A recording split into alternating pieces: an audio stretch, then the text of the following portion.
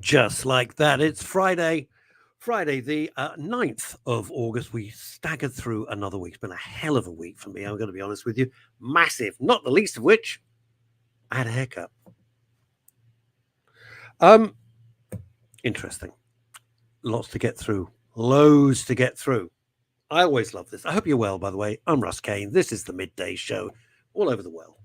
Hope you're enjoying it. And, of course, please subscribe on the YouTube channel, because that makes a lot of sense.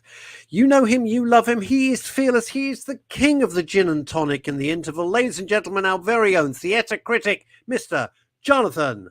You love him. Baz. Russ, hello. Was that big enough? Was that enormous enough? Was that? Well, I think it was a nice little warm up. Yeah. Okay. Can't ask for more than that. No, well, you can, but no one's going to listen, so might as well just do that. That's true. You know, and indeed, the gin and tonic in the interval is a well-observed observation. Has to be done. Has to be done. It'd be rude not to. So it's lovely to be back. Yes. Still waiting for you to furnish the gin and tonics for the green room here. It's a little bit early in the morning for that, even for me, who is known to be honest, it's like early. Maybe early in your morning. For me, it's early in the afternoon. So it's morning for me. Everything up to 5 o'clock is morning.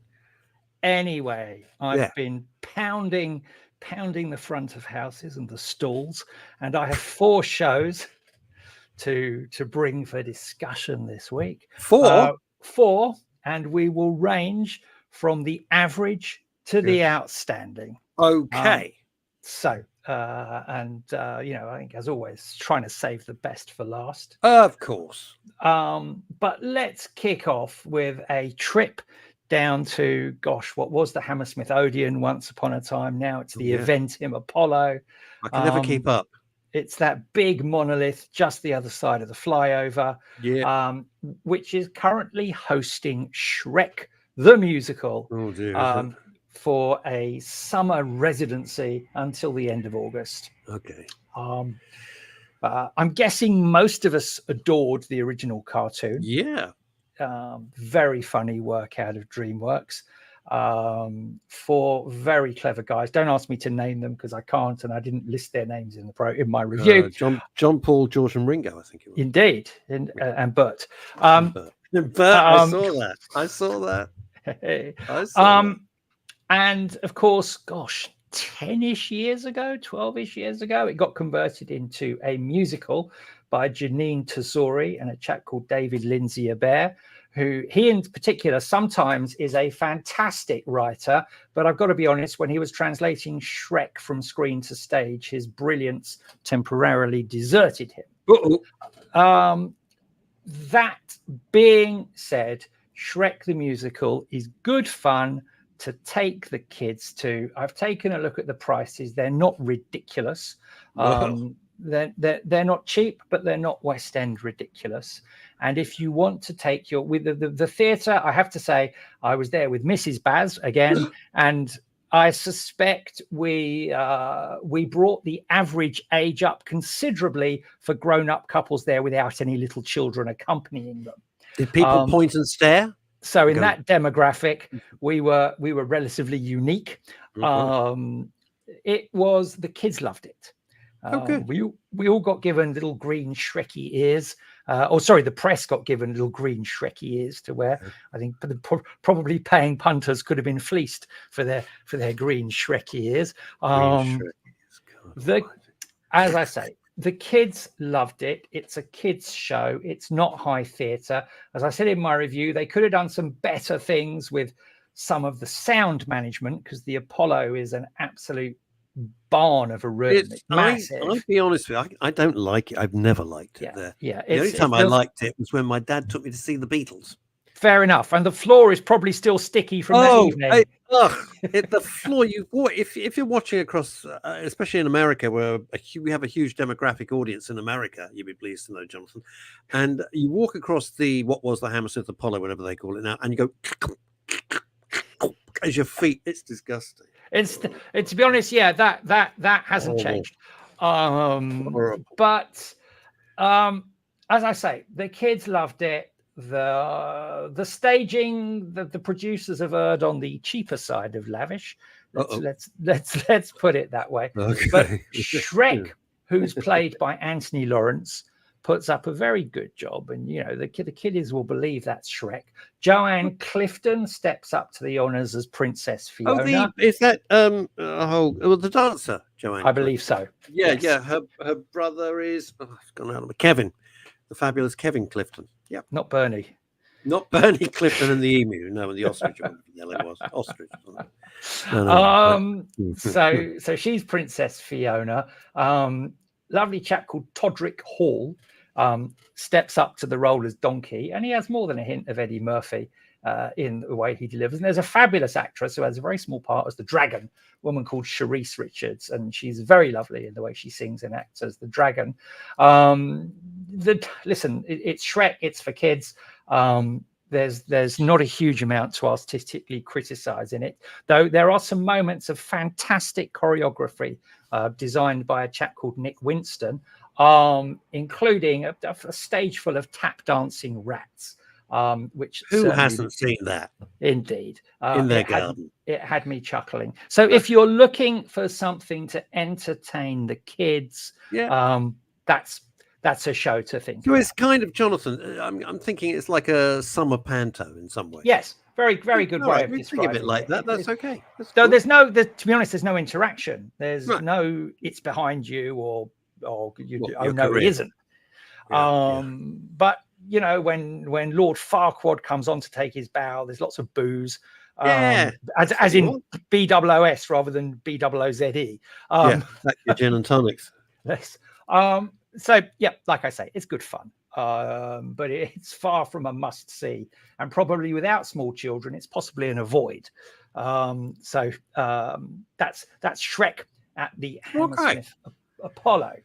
All right. Moving on from West London to not Northwest London, that's wrong, but certainly sort of central London and just into the NW postcodes, is the Open Air Theatre's production of Fiddler on the Roof, which opened this week in the open air. We were lucky to catch it on a rain-free night. Was it a protester-free night as well? We were there the day after the protests. And of course, I mean, let's touch on that because, it was disgusting to be protesting in that context at that show. I'd agree with you. But at that show in particular, because I don't know how well you know Fiddler, Russ, but of course, the first act, spoiler alert, there is the wedding at the end of the first act, which then, of course, ends tragically with a pogrom. And people, stagger out to the interval. That's the wrong phrase. People leave for the interval on a fairly downbeat note. I mean, to be honest, people leave from the end of the show on a downbeat note because its finale ain't they're moved. That's why, because life is tough. So, and the production in this instance, through the use of subtle and well deployed special effects of lighting, suggesting flames and smoke that is real smoke coming out of the rooftops of Anatevka, really suggests that the village has been burned in this pogrom. Seitel the bride has been subject to a very unpleasant violation. It's horrible. And of course, this is the first production of Fiddler on the Roof to play in London since the horrors of October the 7th last year. And the pogrom that we're seeing played out artistically on stage artistically matches the hatred that was sadly put into real on October the 7th, of course, notably at the Nova Music Festival.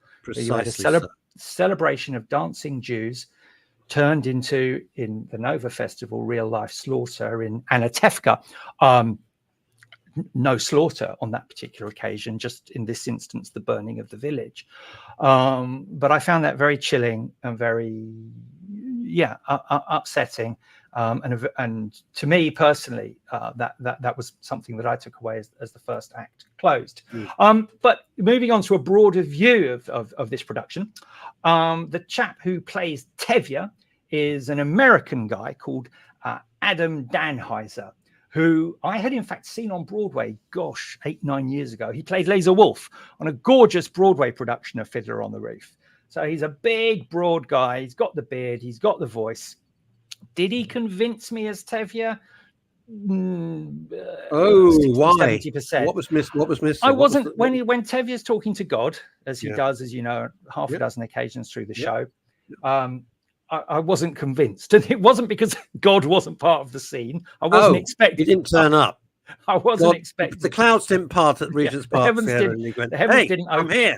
The heavens didn't open in that. And then someone said, "You're not a member of Equity, God. Get lost." But God had to leave. It didn't convince me. To be fair, he sung though, and he sung well. And as you know, the show is jam packed with gorgeous numbers. And he made a fine fist of nearly all of them. The other thing that let me down for me, and I've been a bit of an outlier in the reviewing world on this because I gave the show 3 stars and everyone else to a person has given it 4s and 5s, was Golda. Golda is played by a brilliantly talented woman, Lara Pulver, who you may know, or you may recognize the name. She's an Olivier winner. 2007, in a small production at the Donmar, there was a show called Parade, which maybe on a future time I'll have time to talk about on here if it ever comes around again. Why not? Really upsetting show about anti-Semitism in Atlanta, the American South, back at the turn of the century. To do with the story of Leo Frank. She plays his wife, sorry. And spoiler there that he doesn't survive the show.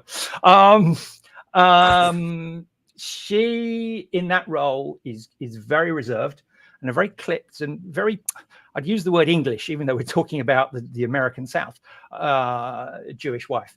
And to me here, I was not convinced in her authenticness as a Jewish mother of the shtetl. And that, for me, if Golda's not working, so you haven't got a warm chemistry between Tevye and Golda and a warm chemistry between Tevye and God, there are some things lacking. So that's why, for me, I found the show musically gorgeous. If you want to go and hear the songs and tap your feet, you're not going to be disappointed. And as I say, I'm on my own with my 3-star opinion of the show. So far more people than me have thought the show is good or outstanding. So in the interests of balance, I will lob that comment in as well. But what it shows is that you don't go with the herd and you tell it like the way you genuinely feel, which is the basis of how a critic of any nature should operate. Indeed. That's how I came away from that particular evening. And what was also quite an interesting point about this particular show, they've chosen for their poster girl, the poster that publicizes the show. She's on the front of the program. Diane Abbott. No. Yvonne Cooper. There. No, it's an actress called Hannah Bristow, who in the show plays Chava.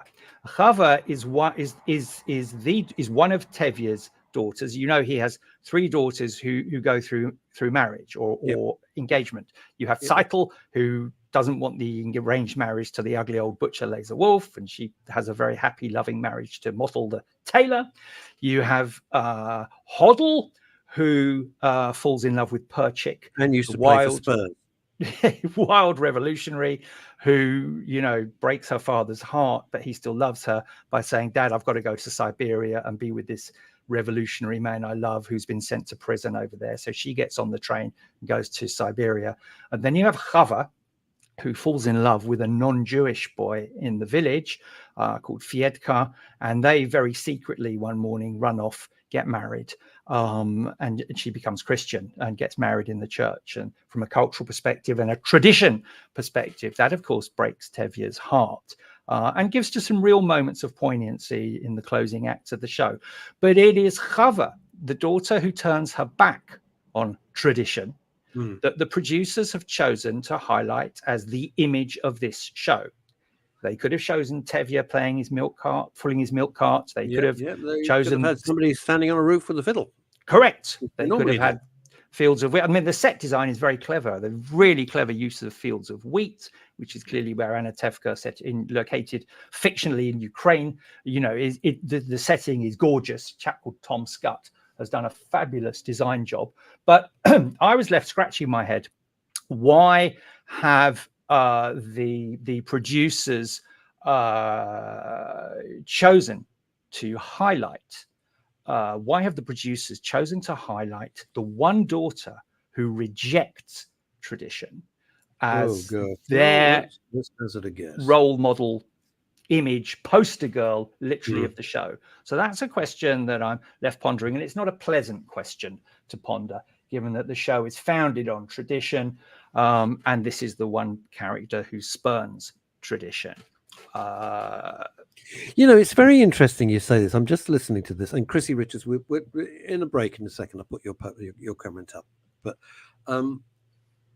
here's the thing.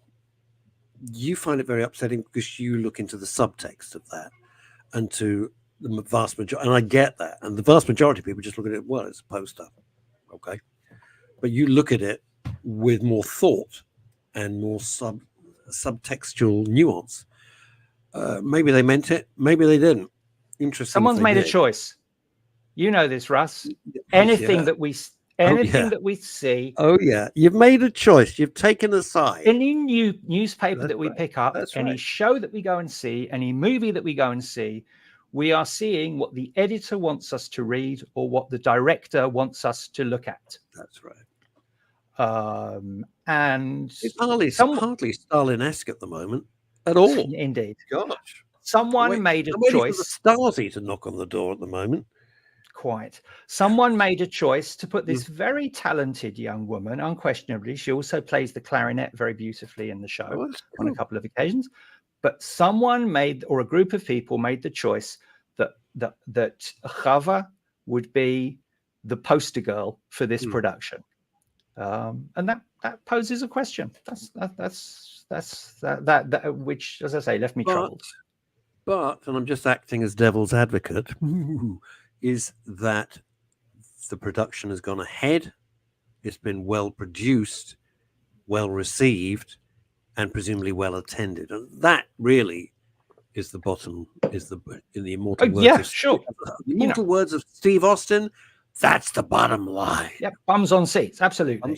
Absolutely. And I also question whether many of the audience will even have raised the question that I've just posed. No, because it's very subtle. It upsets you, but I should imagine 95% of the audience won't see it any more than Les Miserables. The iconic poster is of the little girl, and people just think, well, it's a little girl, and it's the design of the poster. They don't go into the other great discussion point, of course, is things that have gone straight over audiences' head. And I'm not going to go into this conversation now because there is possibly a whole episode, if I go and review the show again, is the anti-Semitism that exists within the Lehman trilogy that went straight over a lot of people's heads. It's straight over a lot of Jewish people's heads. I have to say, and I think I've said this before, and I'll stand by it. I thought I was lucky enough to see it with Simon Russell Beale. I saw the three-hander. I thought it was one of the greatest theatrical productions I've ever seen in my entire life, whether I was here or living in America. I thought it was outstanding. I just couldn't get over it. I still can't get over it. And I saw it. We went to see it a few years back. I'm not disputing its 5-star stagecraft, which it absolutely was. But nor am I going to discuss it any further. No. All right. No. That may be for another time. Let's move on with your review. I just want to do one thing, Jonathan. Forgive me. And I do want to do this because it is important, only because she's been so supportive of the station since day one for 6 years. Hello from hospital in Granada. This is Chrissy Richards. Granada, of course, is in Spain. The cancer has been cut out and healing well. If I can eat, I may go home tomorrow. Chrissy, we send you all our very best. I know Jonathan sends his very best to you and all the viewers and listeners all over the world. Chrissy, get well soon. Indeed. There we go. And you're glad to hear that has yeah, gone. That's a good. That's a good. That's a good. Now, following on from that, let's move from the average to the outstanding. Two gorgeous. So hang on, I'm gonna dive in. So Fiddler, are you saying it's average or For good? me, Yeah, no, for you, average. average. For me, Okay. would Yeah, I fair say enough. to anyone it's a must see? No, But it's no. but good enough to go Go and and see it. You're not going to waste your money. You'll sit there. okay, You'll have a cry. You'll sing the songs. You'll tap your feet. You know, make sure your pacemaker's turned up to the right level or down to the right level for the evening. Don't talk to me about that at the moment. But anyway, go on. And you know, it's going to be it's Fiddler on the Roof. Yeah. But for me, having seen a range of, I mean, for me, one of the loveliest Golders of recent years, lovely certainly in how she portrayed a really authentic and credible, strong Jewish mama, was Tracy Ann Oberman at Chichester a few years ago. But Tracy Ann's the best. She's fantastic. Fantastic. Whatever she touches. Anywho, right, next. Anyway, right. Good. On to the excellent. Two shows to wrap up that are excellent. One is both of them interestingly quite difficult shows. A Chorus Line at it's back. I didn't know that Sadler's was back. Wells on until August 25th. Now, this production emerged at Leicester's Curve Theatre in 2021, directed by Nikolai Foster. And it's taken a couple of years for it to get on the road, where it's now at Sadler's Wells for a month. And then going on tour. And if you go to my website, which I don't often plug, of www.jonathanbaz.com, you will find there on my review of the show a link to the touring link to the touring booking page, where it's popping up over most of England, a little bit of Wales, over the next couple of months. It's outstanding. It's. I don't know if you know A Chorus Line, Russ. I saw when it. I hate to say this. When it first kicked off in New York, I was living there, so I went to like one of the first shows. You know, there's a fabulous backstory to it. The story is drawn from 2 nights of live tape recordings of chorus girls and boys talking about the ins and outs of their lives, of auditions and whatever. And then some very clever book writers fashioned a story, because the show is basically a patchwork quilt of these dozen or so, well, a bit more than that, chorus line hopefuls in their audition. And through the show, we see the songs about some of their backstories. Some are funny, some are tragic. Yeah. The lyrics written by a guy called Ed Kleben, sadly died very young, and of course the music written spectacularly by Marvin Hamlish. It's fabulous, isn't it? Also no longer with us, taken far too young. These two guys, you know, people were wondering what would this show turn out to be. It turned out to be the longest ever running show on Broadway for years, until Cats knocked it off that perch some years later. But A Chorus Line is up there as a Broadway record-breaking great. It lasts for 1 hour 50. That's it. No interval. So make sure you've made yourself comfortable before the show begins. Do a wee before it starts. But Nikolai Foster's direction and Ellen Kane is the choreographer.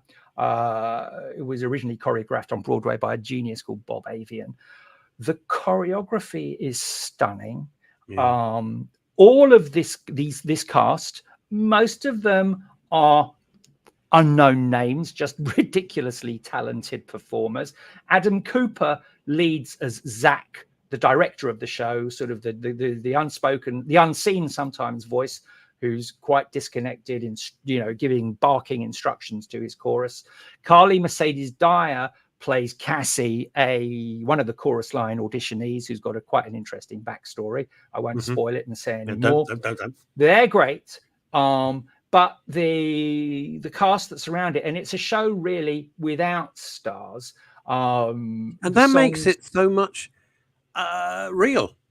And then you get to the end, and the 2 big numbers, of course, come right at the end, where an actress called Jocasta Amgill, who plays Diana, sings "What I Did for Love," which I love that. I have to say, it was as though someone had opened the floodgates on my eyes. Really? She started singing, and I was gone. She did You it old gorgeously. softy, you. Afraid so. And around me, I could hear a Mm. few sniffs as well. Yeah, but that's COVID for you. And then from that, you go straight into one singular sensation. I have to say, I was living in the States, in New York, in the mid 70s. Yeah, that old.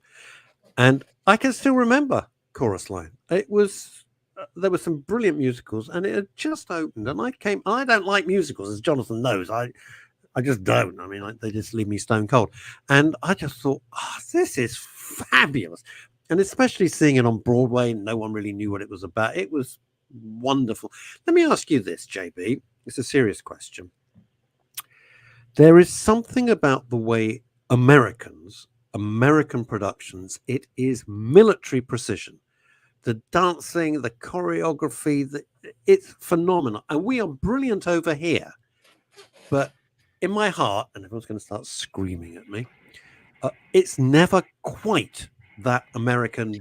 Well, pizzazz. There are shows that demand the Broadway razzmatazz, of course, and A Chorus Line does that with its final number. And I have to say, a massive shout out to lighting designer Howard Hudson, because he has designed this rig of spotlights. How they're going to assemble it in all the touring theaters, gosh only knows, really. They're clever. Because it's going to need a crew of roadies. These spotlights go up and down in waves. They are gorgeous. They're either subtle and background for atmosphere, or for the big numbers, it is full on white light spectacular. Howard Hudson. Do they still do that number? I remember Mr. Cellophane. Is it called Mr. No, I think you're thinking there of Chicago. No, I am thinking of Chicago. Anyway, never mind. Moving. It's swiftly, a musical. Who cares? Jesus, they get out there, they sing, they bow, they leave. That's musicals for you. Yes, America's musicals such as the razzmatazz ones, Hello Dolly, A Chorus Line, the big Broadway blockbusters. Yes. To be honest, nobody does them better than Broadway. But when you look at some of the smash hit musicals of recent years, they've emerged over here. The Andrew Lloyd Webber and Tim Rice creation. I love those. Those shows are great. Here. Les Mis, in its cleverness, started over here. So, and only 2 weeks ago, we talked about Oliver, which I think is possibly the greatest. I think the greatest. Musical. I'm with you. The greatest musical of all time. Now, Oliver. Time is ticking against me, but there's one more show that I want to absolutely sing to the heavens as fantastic, and it's not a musical. It's a straight play. It's not the Chantal Rickards life story, is it? It's Pinter. So, Russ, all right, it's The Birthday Party, and it's on in Bath for a month or so, starring Jane Horrocks as the dotty old landlady Meg, who runs a boarding. I don't want to be rude. I always think of Jane Horrocks as very young, because I think the last thing I saw was little voice. Correct. She's probably not as young as you imagine her. She's in my head. But she is aged in this show to be a dotty landlady who clearly also has a little bit of a sad past. We don't quite know what it is, but without prosthetics, just good wig and makeup, you look at Jane Horrocks and you have to pinch yourself that it is Jane Horrocks. Such is the brilliance of her transformation. The Birthday Party is one of Pinter's first plays. It really is theatre of the absurd. Don't ask me how the story begins, set in this small seaside town, and really don't ask me how it ends. But you've got Meg and her husband. How does it begin and how does it end, Jonathan? I'm not going to tell you. She has a long-term resident in the house called Stanley, who also is a chap clearly with a bit of a damaged past. There's a gorgeous, glamorous local girl called Lulu, who has her own little backstory and narrative. And then into this... Does she shout? Fragile mix. Into this fragile mix come two villains, Goldberg and McCann. One Jewish, understandably, one Irish. These two villains are played by John Marquez and Keelan Byrne. Again, names that are not instantly recognizable. Not to me. Pinter writes such obscure, unusual dialogue.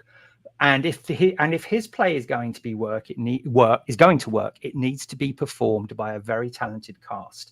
And the director here, and I'm looking through my review to get to his name, and I'm Richard Jones. He is working. He's got a gold-plated cast to work with, because they make every line come to life. If I were to give you a little bit of a pot boiler, if you were to imagine the BBC's Fawlty Towers, ITV's George and Mildred, and Alfred Hitchcock's Psycho. Oh, hello. Imagine all those three fused together into one show. And even then, you don't get close to the plot of this show, because these two characters, Goldberg and McCann, really are unpleasant. They really, really are. They haven't got one. Characters are unpleasant. They haven't got one redeeming feature between them. But these 6 actors, they are outstanding. I looked at it weeks ago when I was looking at my schedule, and I thought, oh, Jane Horrocks, Pinter, that's worth a trip to Bath. And I came out of the theatre thinking I was so glad I'd booked to review that. It is just gorgeous, outstanding theatre if you like Pinter. If you don't, I won't be going to Bath. Indeed. Not that I won't be. But these guys are actors at the top of their game. Yeah, I get that. I'm going to be really honest, and I always am. You know, I don't enjoy Pinter plays. I don't like them. And then people say, "Oh, but you're not intellectual. You're not there." But you know, it's my money. I got to pay and go to the theater and everything. And it does. I just don't like it. I really actively dislike it. I understand it's brilliant. I understand the acting is brilliant. I don't like it. There you go. Yep. End of. You know, indeed. Like I don't like rom-coms. Can't bear them. They're hugely popular. But we're allowed to have our own taste. What I love about your reviews, they are so eclectic. You go from Harold Pinter, about as heavy as it gets, to Shrek. It's like, what? Well, but that's life, isn't it? It's a smorgasbord. You get out of it what you put in. You get out of it what you put in. That's terrific. Jonathan, thank you so much. I love the fact that you're fearless. I love the fact, and I've said this to you on the phone and when I meet you, you know, you will go against the grain because you stay true to what you actually believe, and don't say what you think people want you to say or want to hear. You tell it as you feel it. And that's you're very kind. I'm very honest about it. Jonathan, thank you so much. Bless you for being part of the Midday Show. We will see you soon. Thank you. By the way, thank you for all your messages, which we're not going to discuss, but they crack me up on an hourly basis. That's fantastic. Mr. Jonathan Baz. Well done. Thank you, Jonathan. Thanks a lot. Well, as much as I don't like Harold Pinter, no, I accept he's a genius. It's all right. It's okay. I get all that. I get it. I just don't like it. All right. It's like I don't like beetroot. But here is someone that I do like. More than just like. Adore. That I admire. That I look up to. Who was my landlady in Los Angeles. Can't believe she is. Ladies and gentlemen, the screen queen of the Midday Show, Chantal Rickards OBE. Hello, how are you? Well, I'm still here. It's been a hell of a week. I've been in and out of hospital all week, but I'm fine. No! Yes! I know that. Yeah. It was weird. I had 2 massive hospital appointments this week. I'm not going to say why. I just did for loads of tests. And on the same days, I had a very big funeral and a huge memorial service. So I was balancing, dashing into hospital, coming out, performing as a celebrant, and they both were in consecutive days. So, and yesterday they gave me drugs for these tests. Like, I gotta plow through this. Came out of the hospital to the memorials. It's been a hell of a week. We're through the other side. Can you have the weekend yes, off? I'm all right. But you know, they were so different and so uplifting and amazing experiences. I don't mean the hospital visits. How brilliant! But the memorial service yesterday was it was so moving and so wonderful, and so full of love and so full of life, which sounds counterproductive, but it wasn't. It was just great.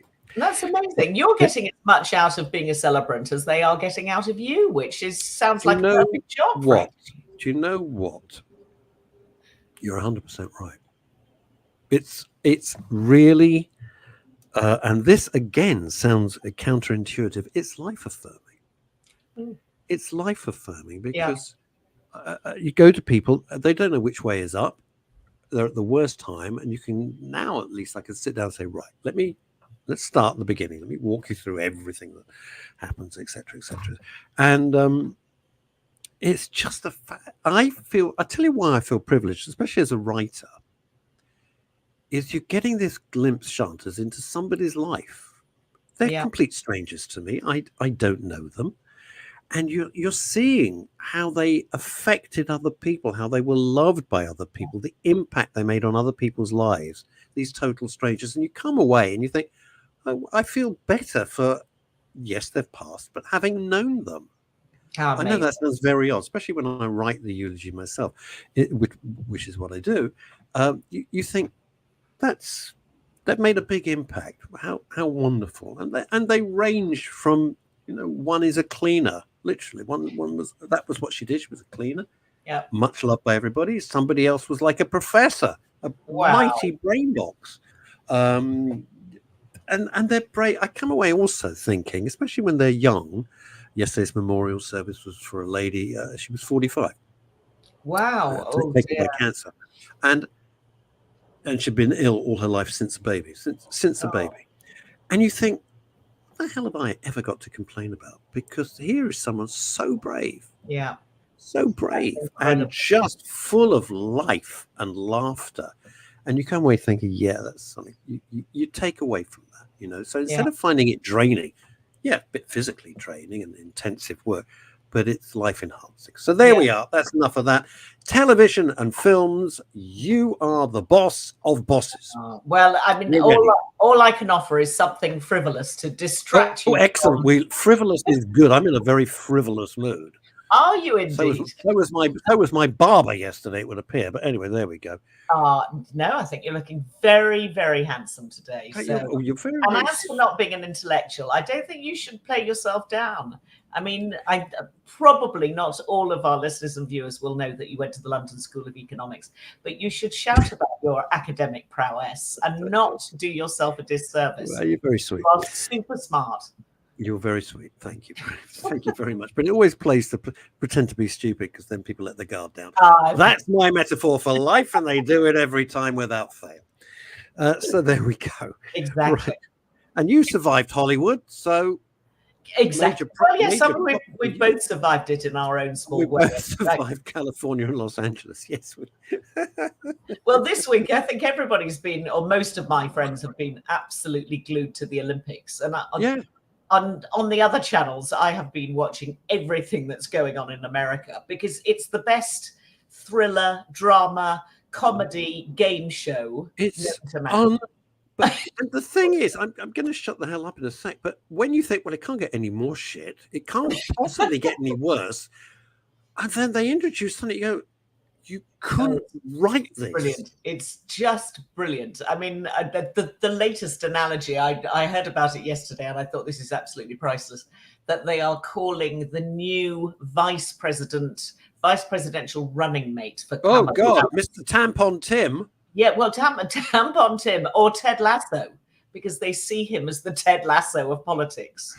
This rather folksy, gentle, down-home guy who wants to make everybody's life better. And I just thought that was just a beautiful way of describing this guy.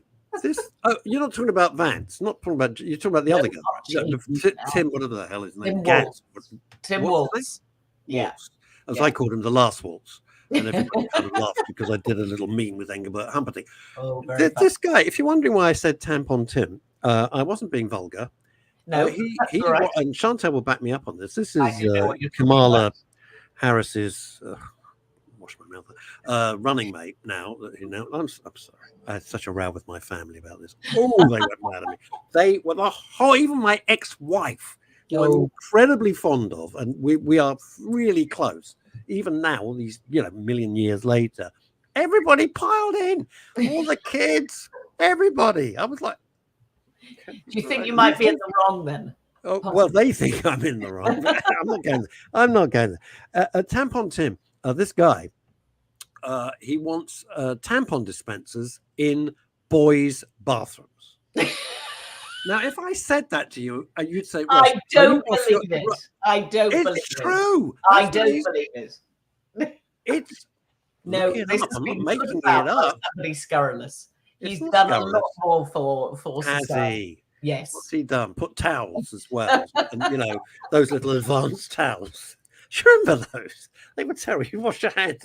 You're pulling. You think, oh, God. Just go. Oh dear. But no, it's honestly, it's just filling me with absolute joy watching the coverage. It's I gotta say, JD Vance. Like him or don't like him. Yes. I love his style. I like his relaxed Do you? I really do. He's very he's extremely articulate. Oh, well, I mean, in a way, that's the joy of it because all of these people are great talkers. Oh, You yeah, don't they do nothing, but necessarily they're appreciate great what they're saying, but they're all very convincing in their own crazy way. All They're snake oil salesmen are. All snake oil salesmen, it started in America, are Yeah. fabulously convincing. Yeah. And of course, Donald Trump came from a game show. I mean, yes, he was buying and selling property and building buildings. Yeah. But he's only really known because of being a game show host. Yeah, that's right. I mean, it's fascinating. Honestly, America never ceases to fascinate. But I would rather have Bradley Walsh as our prime minister. You know, if you're gonna pick I'd even have Stephen Mulhern if I had to, but I'd have Bradley. I mean, he's just the best. Dear. And yeah, there's some nice game shows at the moment. Do you ever watch 1% Club? I have seen the 1% Club occasionally. I mean, I used to make Lee game Mack does shows. a great job. Yeah, I used to make game shows. They are great fun to make because everybody's having a nice time. Really? Yeah. Oh, So wow. seriously, everybody's having a nice time. The audience is having a nice time. The contestants are having a nice time. The host is normally, often you get a host who is a comedian and they just know how to deliver a line and their repartee is brilliant and they can just, go from one thing to another without the need of a script in front of them in a really fast and clever way. Honestly, game shows are great fun to work on. Lee Mack is so quick. And what I love about him is they call it bringing it all round in comedy. Is he'll have done something about one of the contestants. There's 100 contestants there, and he'll mention it again and bring it back into a new gag. And I sit there going, "Oh man, that is so good."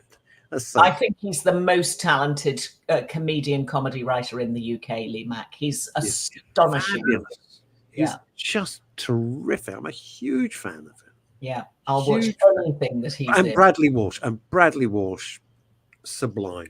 Yes.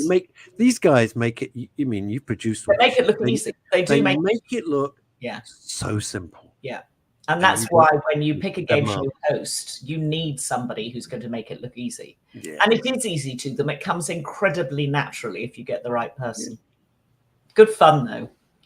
Anyway, I think my game show days are behind me. No. I've had a great game show. I wrote it ages ago. Never got anywhere, but it's a great show. I'm going to pitch it to you. The hell with it. I'm going to pitch it. Okay, good. Want to see it? Yeah. Yeah. Okay, I'm going to do that. And then I have to put in some Jeopardy. Otherwise, you phone me up. Where's the Jeopardy? Exactly. Well, there is, of course, a game show called Jeopardy, which that's the reason it's called. Called Jeopardy. Jeopardy because it ran forever, didn't it? So actually coming up with a title for a game show. Yeah. Coming up with a title for a game show is really difficult. Oh, yeah. Really difficult. Trying to find something that hasn't already been used, that's current, that you think will, could be a name that will last forever. It's a sort of nice game to play at the beginning of the production process, trying to work out what a game show title should be. And often once you've got the title, then lots of things fall out of it.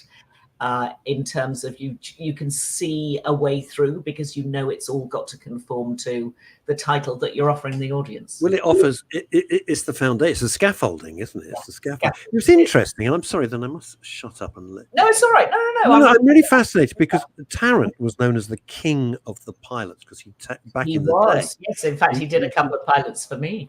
Now there was one of them where the whole audience was the guests on the show. I forgot what the hell it was called. Yeah. And it was nothing to do with Chris. He was excellent. It just didn't work. And then you kind of think, well, I know what we do. We call it the 1% Club. And it's basically You've got 100 people there who are all the contestants. Yeah. And it works magnificently. I like the wheel. The wheel works. It's ridiculous, but it works because it just looks great. It's fun. You're interested in seeing the people popping up and down. Yeah. It's a fun show. And Very good. Michael McIntyre, keeps it so tight. Yeah, good. It's good. Stuff. Well, I have had time to go to the cinema this week. And when you weren't with us last week, or part of the time you weren't with us last week, we were talking about a new documentary series on Discovery about storm chasers. Oh, yes. Crazy people who run around America trying to track down storms. Well, a new version of Twisters, the 1990s film, came out about 2 weeks ago. It's in cinema right now. If you want something goodish, not super brilliant, it's not quite the Spielberg Twisters of the 1990s, but it's actually well done. It's well made. It stars Daisy Edgar Jones, who seems to be in absolutely everything. I don't know who that is. I see the name, but I have no idea who it is. Remember Normal People, which was the BBC drama about two young people who were at university at Trinity, Dublin? No, it was a massive BBC drama about 2.5 years ago, and cleaned out all the awards. Oh, okay. She was in that. She was also the lead in Where the Crawdads Sing. Oh, that. Yeah, you remember that? It was a great book, and not so good, but she was good. Anyway, she is a hot ticket, Daisy Edgar Jones, and the lead man, if you like, is called Glenn Powell. Glenn Powell is a man that you would have passed in the street probably up until 4 or 5 years ago. Then he got a smallish role in Top Gun Maverick. And clearly he was a pretty boy, a very good, handsome man. But if you're up against Tom Cruise, you're only really looking at a movie like that. But now he is absolutely the worst competition. You're good looking. Who am I up against? Who's up for the role as well? Well, Tom Cruise. Bye. Just like that. No, you can't be the leading man in a Tom Cruise movie unless you're Tom Cruise. No, you can't. So, but he was seen in that, and suddenly he is absolutely everywhere. Every time I turn on a new drama or go to the movies, Glenn Powell seems to be an absolutely everything. And I think he's going to be an actor that will go all the way. He will become a big leading man. Leading man in Hollywood. Let me ask you something quickly. Right? Yeah. I thought for years that the last proper Hollywood leading man, in other words, he's got a new film out, shall we go? Go and see it. Was Tom Cruise. I can't think, and maybe that ages me, but I can't think of anyone you go, I'm going to go and see the new, pick a name, Adam Sandler. You just won't. Ryan Reynolds? No. You wouldn't go to Ryan Reynolds? Ryan Gosling? No. I like him a lot. I like them both. Okay. Matt Damon? No. Maybe. It's close. Matt Damon. Yeah. Clooney is older than. I won't go and see his films now. Oh dear. All right. Said the wrong thing. Boycotts work both ways, Chantas. They work both. I won't go see. Yeah, he's probably not listening to your show. Well, he boycotted the Midday show. Well, there we are. Okay, Georgie boy, you want to get tough? Yeah. And furthermore, I am not buying a villa for $20 million on the Italian Riviera just to boycott him. That's why I'm not doing it. Okay, fair enough. He doesn't want your money. He does not. That's it. Okay, we're going to have to agree to disagree when it comes to George Clooney. Okay. Yeah. And his wife. Met him. I've been his wife. He's a very nice human being. And his wife. And she's gorgeous too. Moving on. Moving on. This was good. This film got good reviews, and they said, if you just want a real kind of fun summertime blockbuster type thing, there you go. It absolutely fits the bill. Yeah. Doesn't operate on too many brain cells, but actually the cast are lovely, the special effects are great, and you will while away 2 hours in the cinema and think, actually I'm quite pleased I went to see that. And also not going to win Oscars, but it's good. the two critics that I listen to a lot, apart from your good self, one is called The Critic. I talk about them a lot. I know The Critical Drinker here in the UK and Nerdtronic in the US. And they both said the lovely thing about it, they both said exactly what you've said. And then they said, and there's no message. It's just a film. There's no message here. Very true. There's nothing about the patriarchy or girl boss and all the rubbish which has just killed movies for the last 10 years. It's just a film. Go and enjoy it. Interestingly, they set up a lot of sort of romantic tension between the two leads, between Daisy Edgar Jones and Glenn Powell. And as a woman watching, I was just waiting for the earth to move. I am not going to tell you whether the earth moved or not, but it's very interesting because it's become a bit of a thing that the critics are saying, well, that was an interesting way for the romance to play out. And I certainly wasn't expecting it to play out the way that it did. It's not woke or anything. Don't worry about any of that. No. But it's absolutely not what you expect. And I was talking to a couple of girlfriends about it the other day, and we all said exactly the same thing. But there we are. You know, I'll leave it up to other people to go and see, and I'm certainly not going to spoil it by telling you how the romance plays out. But the romance is absolutely key to what's going on. And there we are. Yeah. Okay. And then I thought, and then in fact, there's a film on Netflix, which I saw a year ago when it came out. We didn't talk about it at the time. It was quite a small release.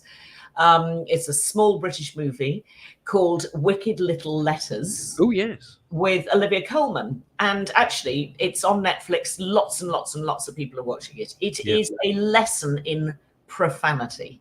If you do not want to hear women, sweary women, spending 2 hours burning your ear. Don't go and have a drink with Miriam Margolyes. That's probably my advice.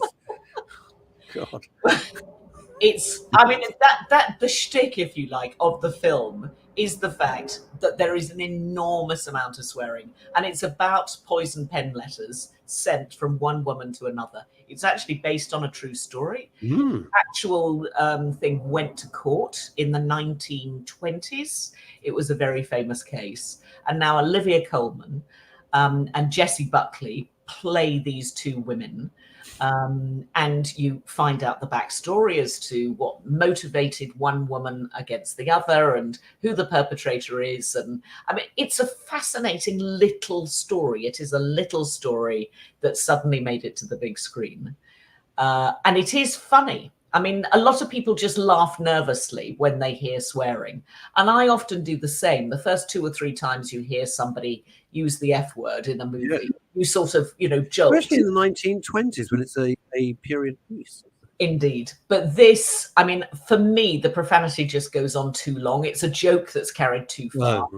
But it's a sweet little film. And actually, if you just want to watch something that's got gentle comedic intent, but beautifully played by 2 great British actresses, it's worth watching. They're very good. I mean, let's face it, they're both fabulous at the top of their game. That's all you can say. Yeah, no, absolutely brilliant. Really, really I good. like it when it's little. Not everything has to be huge. No, exactly. This is a small film and probably didn't cost very much money. I sat through, just very briefly, then we come straight back to you, of course, because this is your slot. I sat through The Civil War, which I bought on Amazon to rent and watch. No. Just no. Too much? It was the shtick with it is that California and Texas, because that's going to happen. I understand why they did it. Seceded from the Union. You don't find out why, or is it any other states? And they attack. There's a second Civil War, and it's a coming of age story. It's not really an action film at all. Till the very last sort of 15 minutes. Yeah, it's a coming of age, and I could see what was going. I hate to say it, I could see exactly what was going to blooming well happen. It happened. That was telegraphed to me the moment we saw this young girl joining this little trip. It's a depressing film. Oh, it was a very it ends on a downbeat, tells you everything you need to know about the media, and it's kind of corrosive. You want them to tell the truth, but it's corrosive nature by the mere fact you're in it. If that makes any sense. Okay. All right. That was what I got out of it. It wasn't. I honestly, in my ignorance, I thought it was going to be like an action film. Oh, it's the Civil War. Okay. Yeah. I fancied something, kind of mindless, and it wasn't that at all. It was hardly any action in it at all. Oh, okay. Until the end, until they attack the White House, which is pretty darn tense. Yeah. Okay, there we go. Anyway, that's Civil War, which is on Amazon. Amazon. Okay. Yeah, Amazon. Well, I also watched a documentary this week, again about America, and about a man who some people like you and I, who are followers of politics in America, we will know him and what his background is. But this is a documentary about a man called Roger Stone, who is a political lobbyist, a political activist, political lobbyist. He has worked on the campaigns over the years for Nixon, Reagan, Trump, most famously, Bob Dole, I think he tried to get into the White House, and George W. Bush. So he has been involved in the whole mechanism of getting Republicans to the White House for 50 years, nearly. Wow. 45 years. I mean, a long, long, long time. He's a man in his 70s. He's incredibly flamboyant. He's highly articulate and highly bright, but he is like petrol waiting for a match. He's a absolutely. I love that. That's great. What's he like? Well, it's like petrol waiting for a match. Oh, okay. Yeah. I have no idea why he did this documentary, and often the best documentaries are the ones where you are marveled by the fact that somebody got access to that story. And when I watched this, it's a 90-minute program, and it's called A Storm Foretold. It's on the BBC. I think it's called A Storm Foretold Roger Stone, or the story of Roger Stone. And it's 90 minutes. It's made by a Dutch or Danish, apologies, a Danish documentary maker who spent 3 years with him during his time to try and get Trump back into the White House. Or into the White House, I should say. And the insights are extraordinary. You learn an awful lot about the system and how the system works, but also what he really thinks about the person he was most supporting in the last few years, i.e. Donald Trump. And there is one point where he has a rant that you cannot quite believe, and he turns around to the filmmaker and says, and of course it's in the film, if you print or if you put any of that in the program, I will murder you. And he wasn't joking. No, I mean, he seriously wasn't joking. I mean, it's sort of terrifying to watch and fascinating and jaw-dropping. And at one stage, he completely flounces away from this Danish filmmaker who's been with him for so long, and he's a very, very good, serious filmmaker. And then he says, no, I'm going to go and make a documentary with somebody else. And so this filmmaker is left standing. He then has a heart attack. So clearly this whole documentary took its toll in many, many ways. But it's brilliantly made. And of course, what you're waiting to find out is how Roger Stone then gets prosecuted for the cases that he gets found guilty for, ends up with a determination that he will go to jail for 40 months. And then, of course, President Trump steps in. But it's really worth watching. It's fascinating, giving you an insight as to the behind the scenes of what's going on with political lobby in America. Those people are truly frightening. I mean, not the Muppets that you see front of camera, but the people behind the scenes are scary as hell. And they are clever people. They're highly intelligent. Yeah. They're very persuasive. They have huge personalities, and they're very, very powerful. You know, we know. Else are just puppets. They're puppets. We know they're puppets, and there's people pulling the strings, and we get that because half these people can't string a sentence together. Yeah. You get in front of a microphone, and you think, Jesus, well, you're the leader of the free world. My God. Yeah. You are doomed. So the people behind the scenes, they're the ones with the power and the brains. And boy, oh boy. Yeah. Maybe they should be writing. In a way, I think we know that Alistair Campbell was a bit of a sweary character when he was he was behind the scenes. I see his stuff on Twitter, and I've never met him, and I have no desire to meet him at all. We wouldn't get on for 10 seconds. And I go, you're the worst. This is so hypocritical. When you say this after what happened with the dossier, no, I won't forgive you for that. I just won't. Yeah. So I see his stuff. There's lots of sweary stuff in it. Again, so if you are somebody who doesn't like swearing, don't watch the program about Roger Stone, because he is a prolific swearer. And that's on BBC, right? That is BBC, yeah. But that actually, when I was just putting the running order together of the programs I wanted to talk about today, I suddenly saw that, in fact, Gordon Ramsay was back on Channel 4. And I thought, God, Gordon Ramsay's always on Channel 4. He's never off. He's never off. But he's actually made a new series of Ramsay's Kitchen Nightmares, which I used to absolutely love. I love that show. Loved it. Well, there's a brand new series. So 20 years after he first made it, it was originally made about rubbish restaurants in Great Britain. Yeah. And he goes in, he is invited in by the owners, but he completely rubbishes the place. And then they're all completely... Yeah, it swears at everybody. It tells them all they're complete muppets. So there's a lot of sort of abrasive chat right at the beginning. They're all, reduced to nothing. And he's the big guy. And they don't take his advice. So, my advice is, if someone who's really much more successful and cleverer than you says, I think you should do this, that, and the other, you think, well, I'm going to listen. Not like I know better than you. It's madness, isn't it? It's just madness. I mean, the restaurant business is known for being an incredibly difficult business. And actually, So Kimmy is asking, right, this is on Channel 4. The Gordon Ramsay is on Channel 4. The Roger Stone is on BBC iPlayer. Yes. And it's called A Storm Foretold. A Storm Foretold. I think. Let me just double. Yes, A Storm. No, Graham, I don't agree with that, by the way. Don't agree with that. Anyway, right. Okay. Anyway, so Ramsay's Kitchen Nightmares is back for a brand new series after 20 years. It's always worth watching. Yes, it's always fascinating, isn't it? Yeah.